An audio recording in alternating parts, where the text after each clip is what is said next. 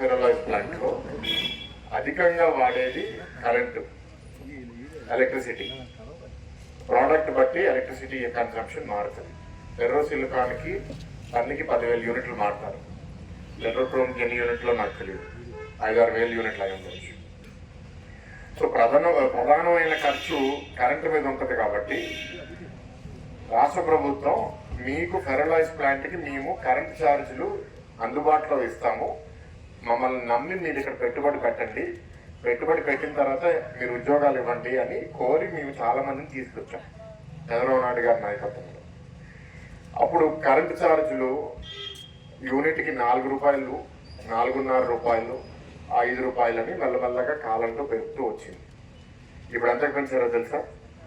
మీరు ఎవరికన్నా తెలుసా? 7.5 రూపాయలు చేశారు. దానికి ఎంత తీసుకున్నారో జేబులో మనకు తెలియదు. తిరిగి మళ్ళీ మేము ప్రారంభిస్తాము అనే నమ్మకం వాళ్ళకు వస్తేనే వాళ్ళు ఎంతో కొంత మనకి ఇస్తారు.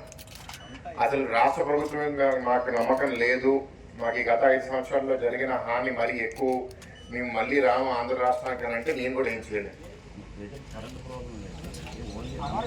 కంపెనీతో సమస్యలు ఏమున్నాయి, కంపెనీ మేనేజ్మెంట్తో కూడా నాకు ఇప్పుడు దాకా పరిచయం లేదు. ఒకసారి పరిచయం పెంచుకొని మాట్లాడతాను. ప్రభుత్వం ఏదైతే తప్పులు గతంలో చేసిందో ఆ తప్పులు మీ ఒక్క ప్లాంట్కే కాదు, ఆ ఫెర్రలైజ్ సెక్టర్ అందరితో మేము కలిసి మాట్లాడి మీకు మేము ఏం చేస్తే మీరు బాగా పనిచేయగలుగుతారు, ప్రభుత్వానికి నష్టం జరగకూడదు, ఇక్కడ పనిచేసే కార్మికులకి నష్టం జరగకూడదు, ఆ కంపెనీకి కూడా నష్టంగా జరగకూడదు, అన్నీ బ్యాలెన్స్ చేస్తేనే మనం ముందుకెళ్ళగలుగుతాం. సో ఈ కంపెనీ యాజమాన్యంతో మాట్లాడతాము. అండ్ ఏదైతే ఈయన అన్నారో మాకు చెప్పకుండా అర్ధాంతరంగా ఆపేశారనేది కరెక్ట్ కాదు.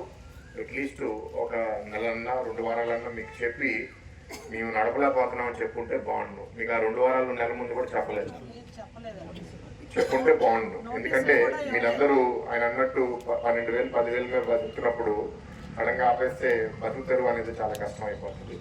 తప్పకుండా ఈ యాజమాన్యంతో నేను మాట్లాడి మీ సమస్య ఏంటో అర్థం చేసుకుని ప్రభుత్వంతో వాళ్ళ సమస్యలు ఏదైనా ఉంటే అది పరిష్కరించే విధానంగా చేసి, అంటే వాళ్ళకి ఏదైతే రా మెటీరియల్ నిధులు ఉన్నాయో అవి కూడా ఇక్కడ వచ్చేటట్టు ఏదైనా నా తరపు నుంచి సహాయం చేయగలిగితే అది కూడా చేసి ఈ ప్లాంట్ మళ్ళీ స్టార్ట్ అయ్యే ప్రయత్నం నేను చేస్తాను.